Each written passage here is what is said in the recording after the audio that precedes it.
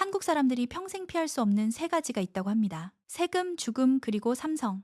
삼성그룹이 벌어들이는 돈이 대한민국 GDP의 20% 초반대, 대략 5분의 1을 차지합니다. 회사 하나가 나라 5분의 1을 먹고 있는 셈이에요. 이 비율을 미국에다 대입해보면 애플, 마이크로소프트, 메타, 테슬라, 구글을 싹 다 합친 다음에 거기서도 또 5배를 키워놓은 게 지금 대한민국에서의 삼성이라는 거죠. 이렇게 거대한 회장님들, 특히 맨 앞에 삼성을 중심으로 한 재벌들은 한국의 선거를 뒤에서 흔들 수 있고 법원 판결도 어느 정도 비켜갈 수 있습니다. 어떤 의미에서는 정부와 법 위에 서 있는 집단입니다. 전 세계 10위권 경제 규모를 가진 나라가 한 기업의 영향력 아래 있고 그 거대한 기업이 결국 한 가문의 손에 달려 있다는 거죠. 오늘은 먼저 번 대한민국 경제 요리에 이어 그 경제를 움직이는 진짜 권력, 삼성 이씨 일가의 요리를 만들어 보았습니다. 우리나라에서 기업의 신으로 불리는 인물, 삼성의 창업자 이병철은 1910년생입니다. 마침 일본이 한반도 식민 지배를 시작한 그 해죠. 그 뒤 일본이 제2차 세계대전에서 패전하고 1945년에 물러날 때까지가 그의 10대, 20대였습니다. 그러니 이병철의 청년기는 온통 식민지의 혼란 속에서 흘러간 셈입니다. 하지만 늘 그렇듯이 세상이 요동칠 때 공급과 수요가 깨지면서 기회도 같이 생깁니다. 그런 판에서 사업 감각이 남다른 사람에겐 오히려 뛰어놀 공간이 생기는 법이죠. 이병철도 처음부터 삼성을 만든 건 아니었어요. 게임으로 치면 레벨 하나씩 올리듯이 계속 사업을 바꿔 타며 키워갔습니다. 26살에 처음 크게 한 게 정미소 사업이었어요. 동네 작은 방앗간이 아니라 최대 규모의 정미소를 키워냅니다. 그 와중에 일본계 운송회사를 하나 인수하고 은행에서 대출을 받아 땅을 사들여서 세를 주고 전세를 놓고 레버리지를 한껏 끌어올려 대지주가 됩니다. 정미소와 물류 그리고 땅 부자 이 세 가지를 단 2년 만에 만들어낸 겁니다. 근데 이 타이밍에 일본이 중국 대륙으로 전쟁을 확 키우죠. 전쟁 자금이 모자라니까 조선에서 은행업 중단 같은 강력한 통제가 내려옵니다. 그 순간 이병철의 자금줄이 뚝 끊기고 사업은 그대로 파산하게 됩니다. 첫 번째 큰 실패였습니다. 그 뒤로 또 새로운 길을 찾습니다. 처음에는 대구에서 삼성 상회를 열고 청과, 건어물, 별표국수 같은 생활식품을 팔았어요. 이게 삼성의 모태입니다. 그러다가 해방 이후 서울에 삼성물산을 세우면서 마른 오징어, 한천 등을 중국 동북 지역 쪽으로 수출하는 본격적인 무역업으로 확장하게 됩니다. 하지만 이때의 삼성은 지금의 삼성과 달랐죠. 하지만 사업 타이밍은 기가 막혔습니다. 무역업이 크게 잘 되면서 돈이 또 굴러 들어오고 이 기세에 일본인이 팔아치운 양조장을 인수해서 술 장사까지 시작합니다. 그 양조장이 나중에 대구 최대 양조장이 되고 이병철도 그 지역에서 꽤 이름난 사업가로 떠오르게 됩니다. 여기까지 또 단 2년이 걸렸습니다. 정말 템포가 빨라요. 그런데 또 사건이 터지죠. 1941년 일본이 진주만을 공격하면서 태평양 전쟁이 본격화됩니다. 전시물자 통제가 확 걸리면서 술, 수산물 같은 건 무조건 공출 명령이 떨어져요. 쉽게 말해서 양조장이고 뭐고 다 접어야 하는 상황이었습니다. 이병철은 두 번째로 또다시 바닥을 맛봅니다. 그때 나이가 31살. 벌써 두 번의 큰 부침을 겪은 거죠. 1945년 일본이 연합국에 항복하고 한반도에서 물러납니다. 그리고 1948년 이승만이라는 인물이 대한민국 초대 대통령이 됩니다. 이병철 입장에선 드디어 내 시대가 왔다 싶은 타이밍이었어요. 왜냐? 이승만이 자기 아버지의 오랜 지인이었거든요. 이제 줄을 제대로 세울 때가 왔다. 이런 느낌이었겠죠? 1948년 그는 삼성물산이라는 회사를 세웁니다. 여전히 주력은 무역, 돈만 되면 뭐든지 다 하는 종합상사 모델이었어요. 그때 이승만 정부는 일본이 남기고 간 좋은 자산들을 믿을 만한 사람들에게 헐값에 넘기고 있었습니다. 그 믿을 만한 사람 중 하나가 바로 이병철이었죠. 정치적 라인, 사업 감각, 이 두 가지가 합쳐지면서 삼성은 순식간에 덩치를 키웁니다. 회사 세운 지 1년 만에 삼성은 대한민국 10대 기업 안에 들어요. 그런데 또 1950년 6월 한국전쟁이 터집니다. 전쟁이 나라 전체를 집어삼키면서 삼성도 또다시 파산하게 되죠. 이병철의 세 번째 실패입니다. 그 전쟁통, 나라 형편은 말할 것도 없이 엉망이었죠. 그 와중에 이병철은 인생 3연타를 맞고 마흔이 됩니다. 웬만한 사람 같으면 야, 나 이제 그냥 조용히 살란다 할 타이밍인데 이 사람은 달랐어요. 사업 욕심, 기업가 정신이 아직 넘쳐났고 무엇보다도 대통령과의 인맥이 그대로였습니다. 1950년 12월 다시 삼성물산 주식회사를 세웁니다. 또야? 싶은데 이번엔 다릅니다. 이 회사가 바로 지금 삼성그룹의 진짜 전신이에요. 이 몇 년 동안 삼성은 한국 최대 규모의 설탕 공장, 최대 규모의 방직 공장을 세우고 각종 회사를 사들이고 은행에도 투자하면서 생산, 물류, 수출, 금융까지 전 분야를 커버하는 종합 재벌로 날아오릅니다. 우리나라 언론들의 추정에 따르면 이승만 정권 말기인 57년, 58년쯤에는 이병철이 이미 대한민국 최대의 부자였다고 해요. 하지만 이 행복이 오래가진 못합니다. 왜냐? 그가 만든 삼성의 덩치가 이승만 정부에 너무 기대고 있었거든요. 1960년 4.19 혁명으로 이승만 정권이 무너집니다. 그리고 1961년 박정희라는 군인이 쿠데타로 집권하면서 27년에 걸친 군사 정권 시대가 열려요. 이승만 라인과 친했던 재벌들은 그때부터 줄줄이 숙청 대상이 됩니다. 이병철은 감이 빨랐어요. 아, 이거 냄새가 심상치 않다. 상황이 이상하게 돌아간다 싶자 바로 일본으로 튀어버립니다. 박정희는 권력을 잡자마자 자기 위신을 세우려고 옛 정권과 얽힌 재벌들을 공격합니다. 삼성 부회장을 포함해 수많은 재벌 인사들을 대거 구속해요. 도쿄에 있던 이병철은 몸은 못 잡혀도 부정부패 주범이라는 딱지가 붙고 지명수배 상태가 됩니다. 그러자 이병철이 어떻게 하냐? 바로 박정희에게 편지를 씁니다. 대통령 각하, 우리 같이 손잡고 대한민국 경제를 살려봅시다. 제가 가진 걸 모두 바칠 각오가 돼 있습니다. 저 같은 사람 잡아넣는다고 나라 경제가 나아지진 않습니다. 물론 실제 문장은 훨씬 포멀했겠지만 뉘앙스는 이 정도였겠죠? 놀랍게도 박정희가 이 말에 넘어갑니다. 군인이지만 목표 자체는 경제 개발이었고 생각해보니 말 잘 듣고 능력 있는 재벌 몇 집단을 키우는 게 가장 빠르고 효율적인 방법이라고 본 거예요. 그래서 박정희가 재벌들에게 이런 딜을 던집니다. 좋다. 내가 봐줄게. 대신 잘 굴려라. 국가 목표에 맞춰서 키워라. 그리고 은행은 다 국가가 가져간다. 돈줄은 내가 쥔다. 넌 찍어준 대출 받아서 죽어라 투자만 해라. 재벌들이 선택권이 있었을까요? 감옥 안 가면 다행인 판에 예, 각하. 이것 말고는 답이 없었겠죠.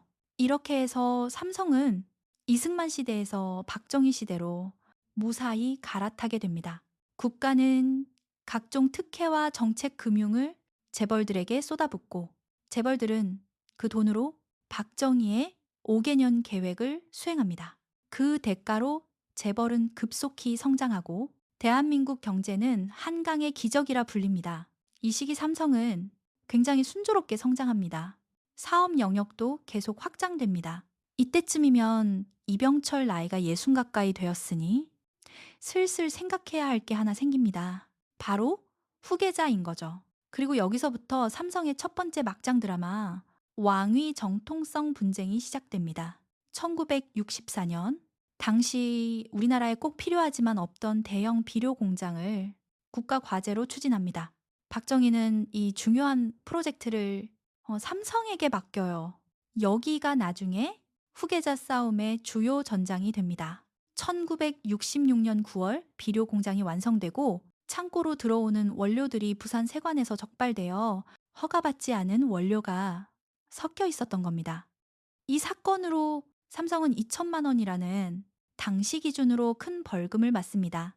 여기까지만 해도 야, 좀 세게 걸렸네 수준인데 곧이어 누군가가 청와대에 삼성이 사카린 밀수했다는 폭로를 들고 들어갑니다. 단순 원료 문제를 넘어서 밀수가 되면 이건 차원이 다르죠. 이 밀수 제보를 삼성의 맏아들 이맹희가 했을 가능성이 높다고 합니다. 아버지를 밀어내고 본인이 자리를 잡기 위한 승부수였다는 해석이 많습니다. 당시 기준으로 보면 가문 사업은 당연히 아들에게 물려주는 전통이었고 이병철에겐 자녀가 10명, 아들 넷, 딸 6이 있었습니다. 그 중에서도 후계 경쟁에 뛰어든 건 첫째, 둘째, 셋째 아들이었습니다. 첫째 이맹희, 둘째 이창희, 셋째 이건희였죠. 첫째와 둘째는 2살 터울이라 사이도 가깝고 경쟁도 치열했고 셋째인 이건희는 첫째와 10살 차이였죠. 그래서 초반 후계 구도는 거의 항상 첫째와 둘째의 싸움이었습니다. 그럼 삼성은 실제로 밀수를 했느냐? 네, 했습니다. 다만 이 문제는 박정희와 이병철 사이에서 어느 정도 합의하에 진행된 일이었어요. 어쨌든 사건이 크게 터졌기 때문에 누군가는 책임을 져야 했습니다. 이때 둘째 이창희가 제가 책임지겠습니다 하고 나섭니다. 아버지 눈에 들기 위한 선택이었죠. 결국 그는 밀수 사건의 책임자로 징역 5년을 선고받지만 실제로는 6개월 만에 나옵니다. 밀수 사건 때문에 이병철은 삼성 지분 51%를 국가에 넘겨야 했고 대구대학도 정부에 헌납합니다. 쉽게 말해 엄청난 돈으로 목을 살려낸 셈입니다. 그 후 여론의 압박 속에서 이병철은 회장 자리에서 물러나고 장남 이맹희에게 삼성 회장직을 넘겨요. 일단은 삼성 왕좌가 무난하게 이세에게 승계된 것처럼 보였습니다. 그런데 여기서 문제가 터집니다. 이맹희가 자리에 맞는 사람이 아니었던 거예요. 삼성에 대한 사회적 불신을 한 번에 털어내겠다며 대대적인 개혁을 시작하는데 이 과정에서 핵심 임원들이 대거 잘려나가고 조직이 뒤집어집니다. 권위도 약하고 리더십이 흔들리니 삼성 내부는 곧바로 혼란에 빠져요. 성과도 금방 나빠집니다. 결국 이병철이 6개월 만에 다시 복귀합니다. 이맹희는 실패한 후계자 낙인을 찍힌 채 퇴진하죠. 이쯤 되면 전통적으로 둘째 이창희가 다음 후계자가 되는 게 순리입니다. 밀수 사건 때 가문을 대신해 감옥까지 갔다 왔으니까요. 하지만 이병철은 둘째도 마음에 들어 하지 않았어요.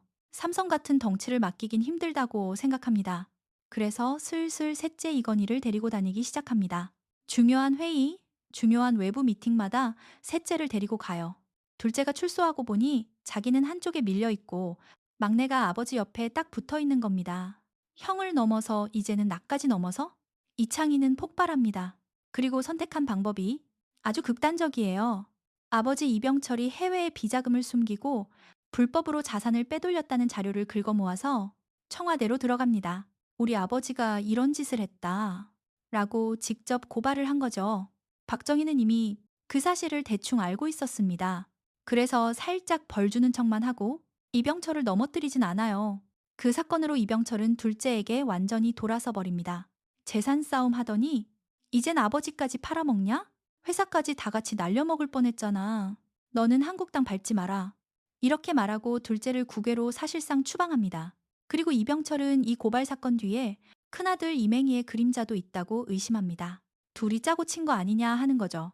그래서 이번엔 첫째 이맹희를 정신병원에 강제 입원시켜버립니다. 이맹희는 우여곡절 끝에 한국을 탈출하고 해외로 나가요. 이렇게 두 아들이 스스로 사고를 치고 아버지에게 등을 돌리면서 삼성의 왕좌는 셋째, 이건희에게 완전히 고정됩니다. 이건희는 그 과정에서 정작 본인이 크게 움직인 것도 없는데 최종 승자가 된 셈이죠. 이건희의 후계자 자리 자체는 이렇게 굳었지만 이병철은 그 뒤로도 거의 20년 동안 삼성의 실권을 놓지 않습니다.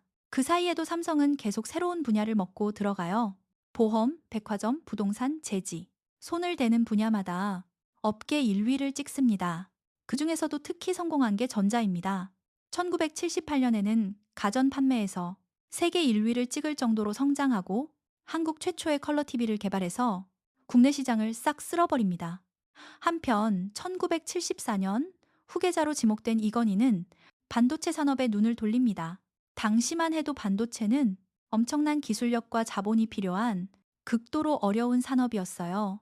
그래서 대부분의 사람들은 물론이고 심지어 이병철 본인까지도 야, 그건 좀 하는 분위기였습니다.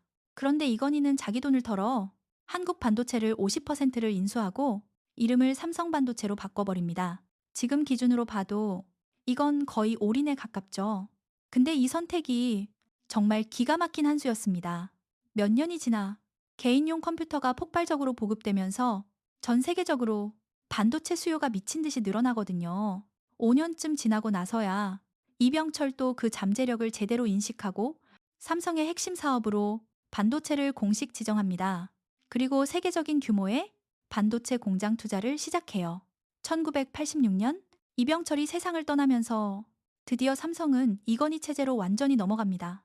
돌아보면 이병철의 인생은 진짜 롤러코스터 그 자체였습니다. 세 번의 큰 실패, 세 번의 재기, 정권을 갈아타며 살아남은 줄타기, 그리고 결국 대한민국 1위 재벌의 기반을 만든 사람. 기업가의 신이라는 별명이 과하지 않은 삶이었죠. 하지만 이병철이 떠났다고 삼성이 멈출 순 없습니다.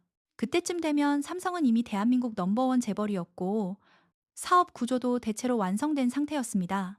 그래서 2세대, 이건희 시대의 과제는 새로운 땅을 정복하는 것보다 지켜내고 더 단단하게 만드는 것에 가까웠습니다. 이건희는 경영자로서 확실히 뛰어난 인물입니다. 무엇보다도 완벽을 향한 집착이 심했어요. 지금까지는 덩치 키우기였다면 이제부터는 제품 품질까지 세계 최고로 끌어올리자. 뭐든 하려면 끝판왕 수준까지 간다. 라는 겁니다.